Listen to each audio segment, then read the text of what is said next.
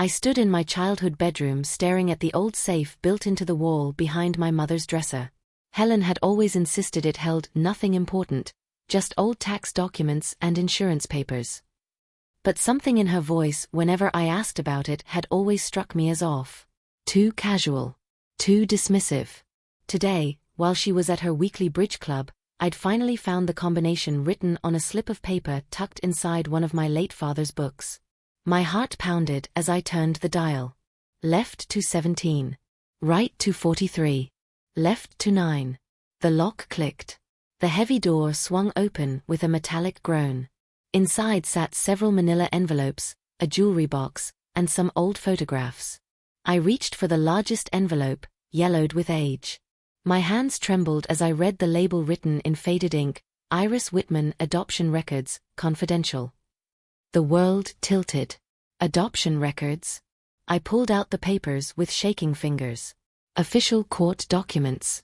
Notarized forms. Signatures and dates. Everything documented with legal precision.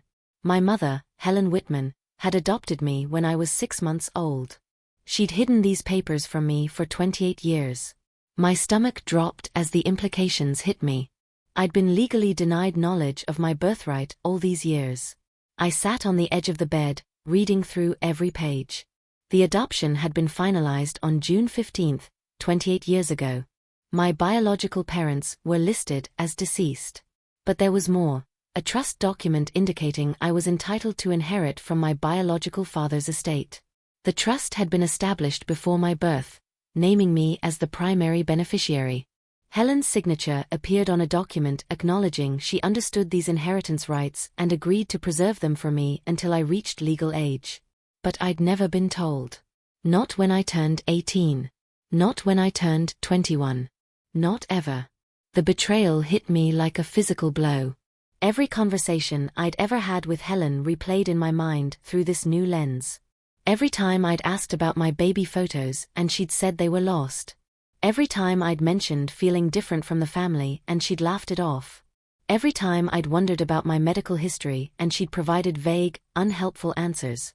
All of it had been lies. Strategic, calculated lies designed to keep me from discovering the truth. My hands shook with anger as I photographed every document with my phone. What else had she lied about? What else was she hiding? The questions spiraled through my mind, each one more disturbing than the last.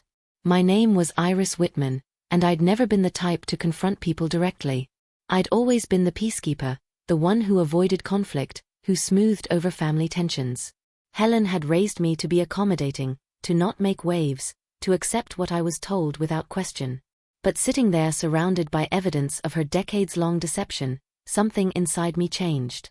The accommodating daughter who never challenged her mother's authority was gone. In her place was someone who needed answers. Who deserved answers. Who would get answers, whether Helen wanted to give them or not.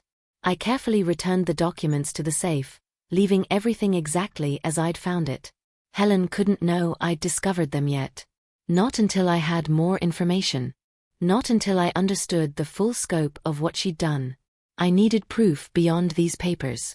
I needed to understand my legal rights. I needed to know what birthright had been kept from me and why. I spent the rest of the afternoon creating a plan. First, I'd make copies of everything in that safe. Then I'd research adoption laws and inheritance rights. Then I'd find out exactly what I was entitled to and what Helen had stolen from me. Only then would I confront her with evidence she couldn't deny or dismiss. The next morning, I went to the county clerk's office.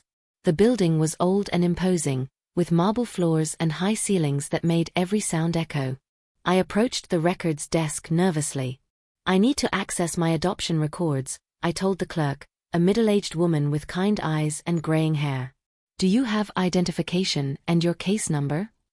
I provided both, along with the information I'd copied from the safe documents. She disappeared into a back room for what felt like an eternity.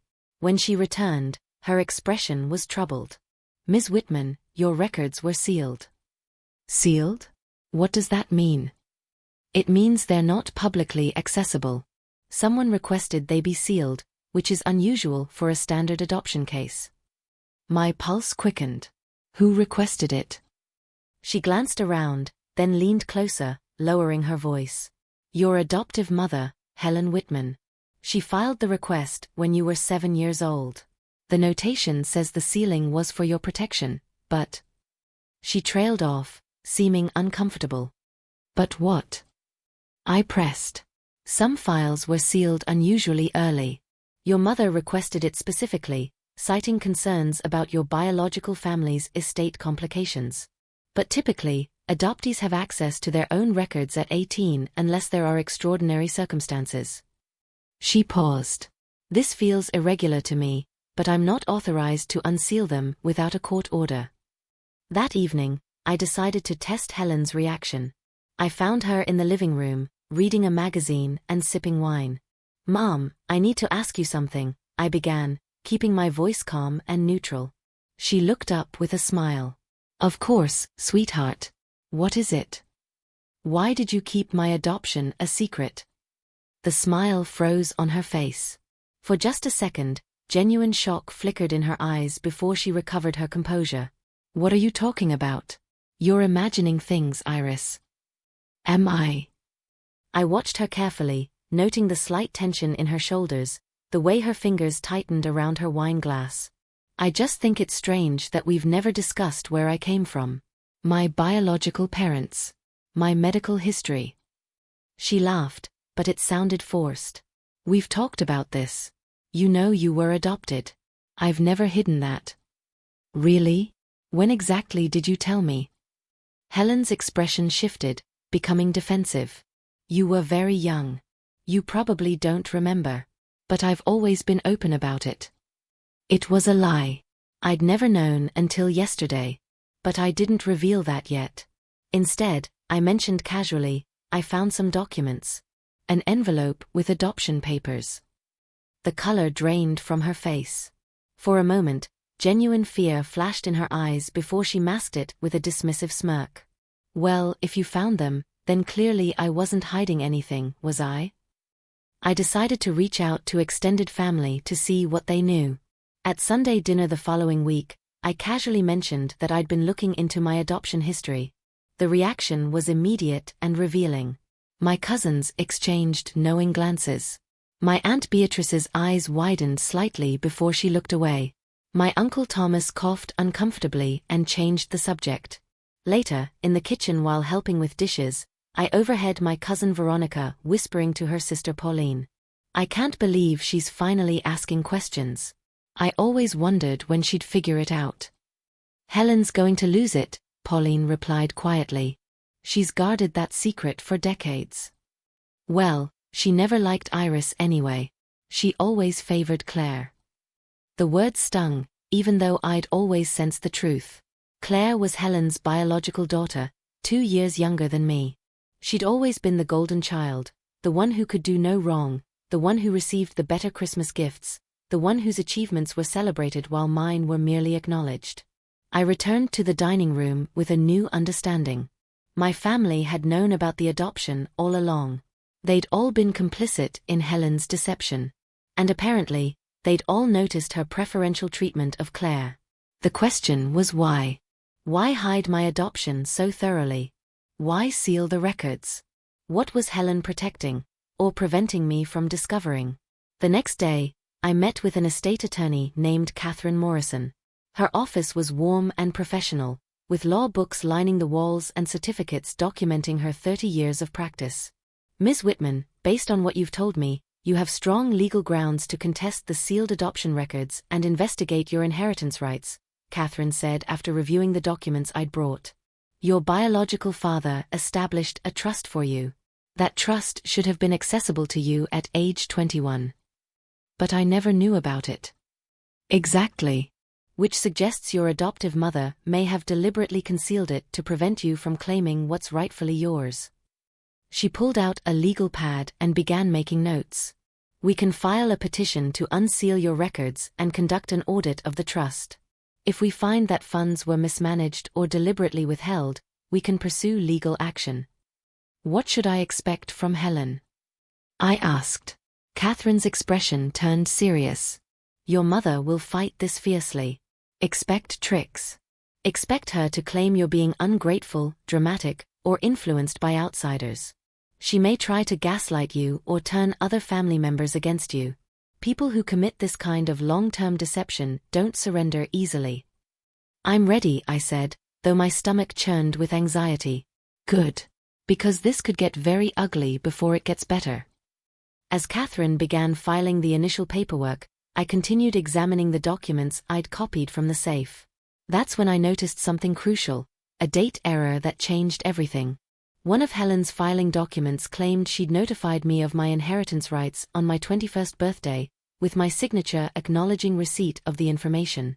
But the date on the document was July 3rd, 7 years ago.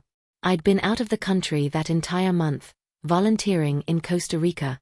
I had passport stamps, photos, and a dozen witnesses who could confirm I wasn't even in the United States when I supposedly signed that acknowledgement form. I immediately called Catherine and explained what I'd found. She went silent for a moment, then I heard her typing rapidly. Iris, this is exactly the kind of mistake we needed. This proves falsification. If she forged your signature on one document, it throws all her other filings into question. Can we use this? Absolutely. This could unravel everything. I'm going to request a forensic document analysis. If we can prove the signature isn't yours, we have evidence of fraud. I felt a rush of vindication mixed with sadness. My mother had committed fraud to keep me from my birthright. The woman who'd raised me, who'd tucked me in at night and made my favorite meals, had been stealing from me all along. This is gold, Catherine whispered, almost to herself. This could change everything. That evening, while continuing to search through my father's belongings, I discovered something else. A box of letters hidden in the back of his closet. My father, William, had died 5 years ago from cancer. I'd helped Helen sort through his things, but she'd insisted on handling his personal papers alone. Now I understood why. The letters were addressed to Helen, written by my biological father before I was born. I read them with tears streaming down my face. Dear Helen, I know this is an unusual arrangement, but I need to ensure Iris is provided for. The trust is irrevocable. Please promise me she'll know about it when she's old enough to understand. She deserves to know where she comes from and what her birthright includes. Another letter, dated 2 months later. I'm relieved you've agreed to adopt Iris. Knowing she'll have a loving home brings me peace. But please, Helen, honor our agreement. She must be told about the trust when she turns 21. It's her future, her security, her connection to her heritage. The letters proved Helen had always known about my inheritance. She'd promised my biological father she'd tell me. She'd agreed to protect my interests. And then she'd done the opposite. I showed the letters to Catherine the next day. But when I returned to retrieve more correspondence I'd left in my father's study, the box was gone. The entire collection had vanished. I tore apart the room looking for it, but they were nowhere to be found. A week later, I noticed something alarming in my online banking alerts. I'd set up notifications years ago for the trust account my father William had established for me, a small college fund he'd created. The account suddenly showed a large withdrawal pending. I immediately called the bank and learned that Helen, who was listed as a cosigner from when I was a minor, had initiated a transfer of the entire balance to an account belonging to Claire. Can she do that? I asked the bank representative. Technically, as a cosigner, yes. But if you're the primary account holder and over 18, you can contest it. I'm contesting it. Stop that transfer immediately. I contacted Catherine, who helped me file emergency paperwork to freeze all accounts where Helen had any access. We discovered she'd been systematically moving assets to Claire over the past 3 months. Small amounts at first, then larger transfers. She'd been preparing to cut me out preemptively. She knows you're getting close to the truth, Catherine observed. She's trying to protect the assets before you can claim them. We requested copies of all financial transactions from the past 5 years. The pattern was undeniable. Every time I'd received money from my trust, birthday gifts, graduation funds, emergency money during college, Helen had transferred equivalent amounts to Claire from other accounts. She'd been balancing the scales, making sure Claire always got at least as much as I did, if not more. Timing matters here, Catherine said. We need to act before she can move anything else. I spent the next 2 weeks quietly gathering evidence with Catherine's guidance. We obtained notarized copies of all the adoption documents. We documented every date mismatch in Helen's filings. We collected the letters from my biological father that I'd photographed before they disappeared. We found witnesses who remembered William's intentions for my inheritance. My father's best friend, Thomas Caldwell, provided a sworn statement that William had specifically told him about the trust and his desire for me to receive it intact when I came of age. My father's attorney, who'd since retired, confirmed that William had expressed concern about Helen's commitment to honoring the agreement. We built an airtight case documenting years of deception. One evening, Helen noticed my unusual composure. I'd stopped being anxious around her. Stopped seeking her approval. Stopped trying to maintain the fiction of our normal mother-daughter relationship. You're different lately, she said, her eyes narrowing with suspicion. More distant. Is something wrong? Just busy with work, I replied neutrally. Where did you even find all that? She asked suddenly, her tone sharp. Find what? Those questions you were asking. Those documents you mentioned. Where did all that come from? I met her gaze steadily. Does it matter? The truth has a way of surfacing eventually, doesn't it? Her face flushed with anger and something else, fear. She knew she was losing control of the narrative. At the next family dinner, I decided to apply subtle pressure. The entire extended family was there.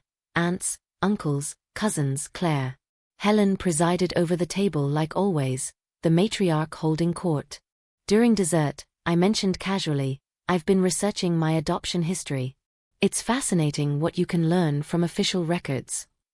The room went silent. Helen's fork clattered against her plate. Iris, this isn't the time or place, she said, trying to sound casual, but her voice was tight. Why not? It's my history. Don't families talk about their histories? My Aunt Beatrice looked uncomfortable. Uncle Thomas suddenly became very interested in his pie. I found out I'm entitled to an inheritance from my biological father, I continued pleasantly. Apparently, there's a trust that should have been turned over to me when I turned 21. Isn't that interesting? Helen laughed, but it sounded forced and brittle. You're being dramatic, Iris. If there was a trust, you'd have known about it. Would I? Or would someone have had to tell me about it? Claire looked between Helen and me, confusion evident on her face. My cousin Veronica watched with barely concealed interest. Helen's nervous twitch became more pronounced, a small muscle jumping near her eye. We can discuss this privately later, Helen said firmly, her tone brooking no argument. Of course, I agreed sweetly. Privately would be better. With lawyers present.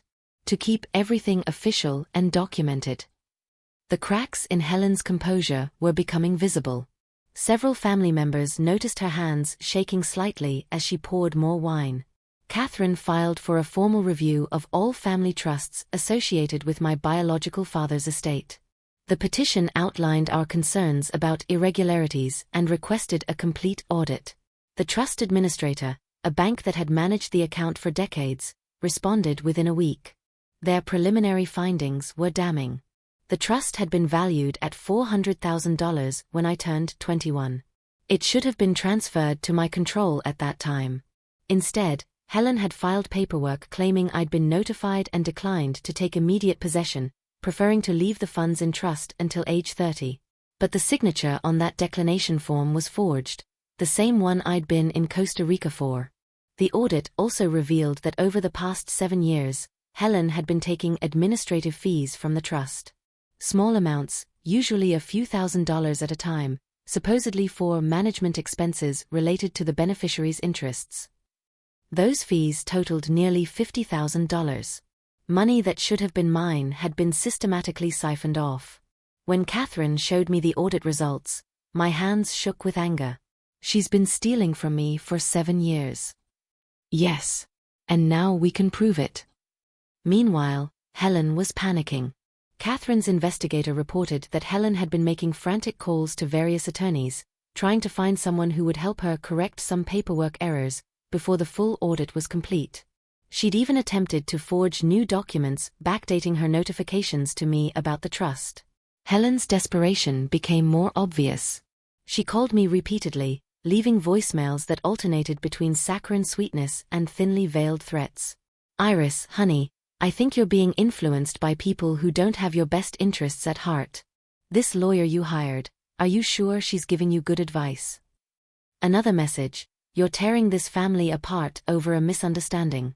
Your father William would be so disappointed to see you acting this way." And another: "If you pursue this, you'll regret it.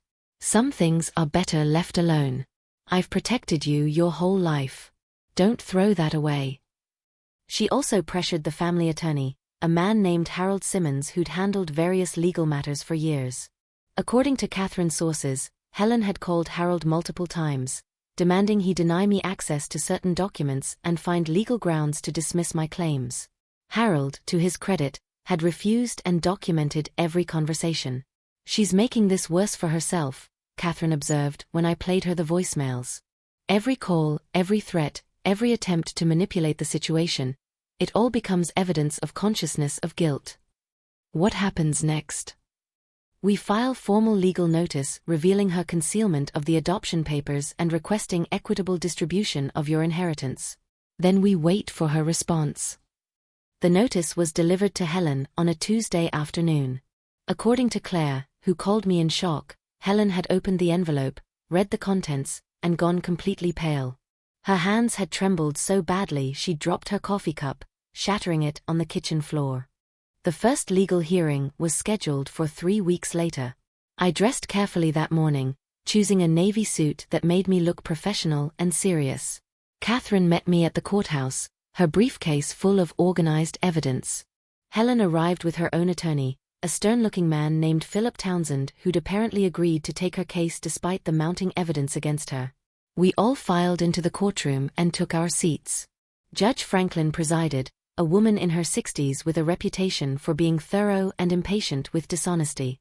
"This is a petition filed by Iris Whitman regarding concealed adoption records and mismanaged inheritance," Judge Franklin began. "Ms. Whitman claims her adoptive mother, Helen Whitman, deliberately hid information about her biological family and her entitled inheritance. Mrs. Whitman, what's your response?" Helen's attorney stood. "Your Honor, Ms. Iris Whitman is attempting to challenge matters that were settled decades ago. The statute of limitations has passed. She's too late to contest the adoption or the associated trust management." Catherine rose smoothly. "Your Honor, my client only recently discovered the adoption records. They were hidden from her and sealed at her adoptive mother's request when my client was a child. The statute of limitations doesn't begin until the injured party has knowledge of the wrong committed against them." She pulled out the sealed adoption papers I'd found in the safe. These papers were deliberately concealed. Ms. Iris Whitman discovered them only 6 weeks ago. Judge Franklin leaned forward, her interest clearly piqued. "Sealed papers that you discovered recently? Explain." I took the stand, my voice steady despite my nerves. "Your Honor, I found these papers in a locked safe in my mother's home. She'd always told me the safe contained only tax documents. I'd never known I was adopted until I found these records 6 weeks ago." "And you're how old, Ms. Whitman?" 28, Your Honor." "So you reached legal majority 10 years ago, yet you only learned of your adoption status 6 weeks ago?" "Yes, Your Honor. My mother sealed the records when I was 7 years old, specifically to prevent me from accessing them." Judge Franklin examined the documents. "Mrs. Whitman, is this true? Did you request these records be sealed?" Helen's attorney started to respond, but the judge held up her hand. "I want to hear from Mrs. Whitman directly." Helen stood, her face flushed. "Your Honor, I sealed the records to protect Iris. Her biological family had complicated legal issues. I thought it was better for her not to know." "Better for her, or better for you?" Judge Franklin asked sharply.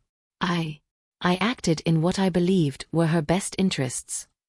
"By hiding her inheritance from her?" Helen stammered, searching for words. I planned to tell her eventually, when she was more mature, more ready to handle it. She's 28 years old, the judge observed dryly. When exactly would she have been ready? The courtroom was silent. Helen had no good answer. Catherine presented the trust documents showing Helen had acknowledged my inheritance rights, then systematically concealed them for years. Catherine called our surprise witness, Harold Simmons, the family attorney. Harold took the stand looking uncomfortable but resolute. Mr. Simmons, how long have you handled legal matters for the Whitman family? Approximately 15 years, Your Honor. During that time, did you have conversations with Mrs. Helen Whitman about Iris Whitman's inheritance? Harold nodded. Yes. Multiple conversations. Mrs. Whitman specifically asked me to help her prevent Iris from discovering the trust. In what context? She said Iris was irresponsible and would squander the money. She wanted to delay Iris's access to the funds for as long as possible, preferably indefinitely. Helen's face went bright red. Her attorney looked blindsided. Clearly, she hadn't told him about these conversations. Did you agree to help her? Judge Franklin asked. No, Your Honor. I told her that the trust was irrevocable and that Iris had legal rights to it at 21. I advised her to inform Iris of the inheritance and work with her to manage it responsibly if she had concerns. How did Mrs. Whitman respond? She became angry. She said if I wouldn't help her, she'd find someone who would. She insisted that Iris didn't deserve the inheritance and that she'd do whatever necessary to prevent Iris from claiming it. The testimony landed like a bomb. I watched Helen's composure crumble, her face going from red to white. She whispered something urgently to her attorney, who looked increasingly distressed. Catherine remained calm and composed, letting Harold's testimony sink in before continuing her questioning. The court clerk was called to verify the adoption documents' authenticity. She examined them carefully, comparing them to the original sealed files that had been subpoenaed for the hearing. These are authentic adoption records, she confirmed. Filed June 15, 28 years ago. Sealed by request of Helen Whitman on August 3, 21 years ago. And the request to seal them, was that standard procedure? Catherine asked. No. Typically, adopted children have access to their own records at 18 unless there are extraordinary circumstances requiring continued sealing. The notation here says the sealing was for the child's protection, but there's no supporting documentation of what threat required that protection. Judge Franklin turned to Helen. Mrs. Whitman, what threat were you protecting your daughter from? Helen stammered. There were concerns about the biological family. Legal complications. What kind of legal complications? Financial matters. I didn't want Iris getting caught up in complex estate issues at a young age. Yet the biological father's estate had been settled before the adoption was finalized, the clerk interjected. There were no ongoing legal complications at the time the sealing was requested. Helen's fabricated excuse fell apart. Judge Franklin's expression grew stern. It appears you sealed these records not to protect your daughter, but to prevent her from learning about her inheritance. Is that accurate? No, Your Honor, I want to see the original filing documents you submitted regarding the trust, Judge Franklin interrupted. Helen's attorney fumbled through his papers, looking increasingly panicked. He clearly hadn't reviewed these documents thoroughly before taking the case. Catherine presented my biological father's letters next, the ones I'd found before they mysteriously disappeared. Fortunately, I'd photographed every page. Your Honor, these letters were written by Iris's biological father to Helen Whitman before and after the adoption. They clearly express his wishes that Iris be informed of her inheritance at age 21. Judge Franklin read through them carefully, her expression growing more severe with each page. Mrs. Whitman, your biological father specifically asked you to inform Iris of her trust when she came of age. You agreed to this arrangement in writing. Yet you not only failed to inform her, you actively concealed the information and forged documents claiming she'd been notified. I didn't forge anything. Helen protested. Catherine pulled out the document with my supposed signature from when I was in Costa Rica. This document claims Iris acknowledged receipt of trust information on July 3, 7 years ago. Iris, where were you on that date? I stood. In Costa Rica, Your Honor. I was volunteering at a wildlife conservation center. I have my passport, photos, and witness statements confirming I was out of the country for the entire month of July that year. Then this signature is fraudulent, Judge Franklin stated. Helen tried to interrupt, claiming it was a clerical error, that someone in the bank must have misdated the form. But Catherine had already submitted the forensic analysis proving the signature was forged. Judge Franklin silenced Helen's protests with a raised hand. Mrs. Whitman, the evidence against you is overwhelming and frankly disturbing. The judge reviewed all the evidence methodically: the sealed adoption records, the concealed inheritance, the forged signatures, the stolen administrative fees, the tampering with documents. Mrs. Whitman, you've engaged in a pattern of deception spanning more than 2 decades. You've violated your fiduciary duty to your adopted daughter. You've committed fraud. You've stolen money from a trust you were obligated to protect. Helen sat motionless, staring at her hands. Her attorney had stopped trying to defend her. There was no defense possible. But Your Honor, Helen whispered, barely audible. I raised her. I gave her everything. She was nothing before I adopted her. She was a child entitled to love and honesty, Judge Franklin interrupted sharply. Instead, you saw her as an opportunity for financial gain. You lied to her, you stole from her, and you attempted to permanently deny her the birthright her biological father wanted her to have. Tears streamed down Helen's face, but they felt manipulative rather than genuine. She was crying for herself for being caught, not for what she'd done to me. This can't be happening, Helen muttered to herself, her voice breaking. I did everything for her. Everything. Except tell her the truth, I said quietly from my seat. Helen looked at me then, really looked at me, and seemed to see for the first time that I was no longer the compliant daughter she'd shaped me to be. I was someone else entirely. Someone who wouldn't be controlled or silenced anymore. Judge Franklin delivered her ruling with firm authority. I hereby recognize Iris Whitman's adoption records and restore her full inheritance rights. The trust established by her biological father, currently valued at approximately $400,000 after improper fees are recalculated, shall be transferred to Ms. Iris Whitman's sole control immediately. Helen gasped, but the judge wasn't finished. Furthermore, Helen Whitman is ordered to repay all unauthorized administrative fees taken from the trust over the past 7 years, totaling $47,000, plus interest. She will have 6 months to make restitution. Additionally, I'm referring this matter to the District Attorney's Office for review of potential criminal charges related to fraud and forgery. Mrs. Whitman, you should consult with a criminal defense attorney. Helen looked around the courtroom helplessly, searching for sympathy from family members who'd attended the hearing. But my Aunt Beatrice looked away. Uncle Thomas sat stone-faced. Even Claire seemed shocked by the extent of Helen's deception. This court is adjourned, Judge Franklin announced.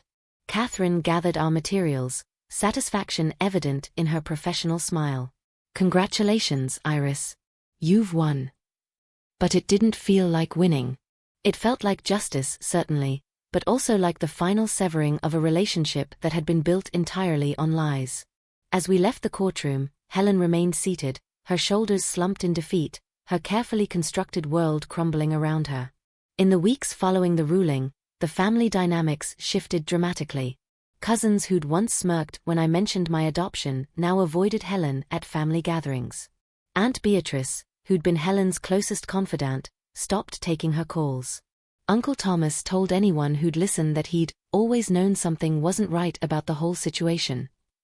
The family who'd been complicit in Helen's deception through their silence now distanced themselves from her, rewriting their own narratives to preserve their reputations. Claire attempted to confront me one evening, appearing at my apartment unexpected. You destroyed our mother, she said accusingly, standing in my doorway. I exposed the truth, I corrected. That's not the same thing. She raised you. She gave you a home, a family, everything. And you repaid her by dragging her through court. I looked at my sister. My former sister, really, since we'd never had a genuine sibling relationship. She stole from me, Claire. For 7 years. She forged my signature. She lied to me my entire life. She was protecting you. From what? From having financial security? From knowing my own history? Claire had no answer to that. The tables had turned completely. I was no longer the uncertain, accommodating daughter seeking approval. I was someone who'd reclaimed her power, and Claire didn't know how to relate to this version of me. "I'm sorry if this hurts," I said honestly. "But I won't apologize for claiming what was rightfully mine." A month after the ruling, Helen was required to publicly acknowledge her deception as part of the court settlement. In a document filed with the court and made part of the public record, she admitted to concealing my adoption records, forging documents, and mismanaging my trust fund. The acknowledgement was clinical and carefully worded by her attorney, but it was official recognition of what she'd done. She also had to sign documents formally recognizing my rightful place as the beneficiary of my biological father's estate and relinquishing any claim to control over my inheritance. The signing took place in Catherine's office. Helen arrived looking older than I'd ever seen her, her usual polished appearance replaced by something tired and diminished. She signed each document without speaking, her hand shaking slightly. When she finished, she looked up at me. "Iris, please. Can we talk privately? Just for a moment." Catherine glanced at me. I nodded. "We can step outside," Catherine said, giving us the room. Helen and I sat across from each other in awkward silence. Finally, she spoke. "I know you'll never forgive me. But I need you to understand, I did love you. In my own way." "You loved controlling me," I replied quietly. "There's a difference. I gave you everything. A home, education, opportunities. That you later stole from by taking money from my trust. Money that wasn't yours." Helen's face crumpled. "Please. Don't cut me out of your life completely. We're still family." "Are we?" I asked. "Because family doesn't lie for decades. Family doesn't steal. Family doesn't forge documents to deny their children what's rightfully theirs." 2 weeks later, I walked into the estate office that managed my biological father's properties and assets. With the court ruling in my favor, I now had full access to everything that should have been mine at 21. The estate manager, a professional named Carolyn Hughes, greeted me warmly. "Ms. Whitman, it's a pleasure to finally meet you properly. Your father would be so happy to know you're finally receiving what he intended for you." She led me to a private room where she'd prepared comprehensive documentation of my inheritance. The trust fund. Property holdings. Investment accounts. A college education fund that had grown substantially since my graduation. Family heirlooms my biological father had specified should go to me. "There's also this," Carolyn said, pulling out an envelope. "Your father left you a letter. I've kept it in our vault for years, waiting for you to claim your inheritance." I opened it with trembling hands. "Dear Iris," it began. "If you're reading this, you've finally learned about your birthright. I'm sorry I couldn't be there to raise you myself, but circumstances made adoption the best choice for your future. I chose Helen carefully, believing she would honor her commitment to tell you about your heritage and your inheritance when you came of age. If she did, then you've known about this trust for years. If she didn't, I'm sorry. I trusted her, and I may have been wrong to do so." The letter continued for several pages, telling me about my biological family, my heritage, and his hopes for my future. Tears streamed down my face as I read his words, words I should have received 7 years ago. Standing on the balcony of the estate office building, I looked out over the city with a sense of peace I'd never felt before. The trust fund was now in my control. The property and investments were legally mine. My biological father's letter had given me answers I'd spent my entire life seeking. More importantly, I'd learned who I truly was. Not the compliant daughter Helen had tried to shape me into, but someone with her own strength, her own voice, her own power. Helen had called twice since the final signing, leaving voicemails I hadn't listened to. Her influence over my life was completely gone. She was powerless now, stripped of the control she'd wielded through deception for decades. I didn't gloat over her downfall. Vindication wasn't about making her suffer. It was about reclaiming what had been stolen and moving forward with truth instead of lies. The family respect had shifted entirely. Relatives who'd once favored Claire now reached out to me with invitations and apologies. I accepted some, declined others, choosing carefully who deserved a place in my new life. Helen faced consequences from her own lies: legal fees, restitution payments, strained relationships with family members who finally saw her clearly. But more than that, she'd lost her daughter. Not through my cruelty, but through her own choices. I turned from the balcony, ready to step into the future my biological father had wanted for me. My birthright was restored. My truth was known. And I was finally completely free.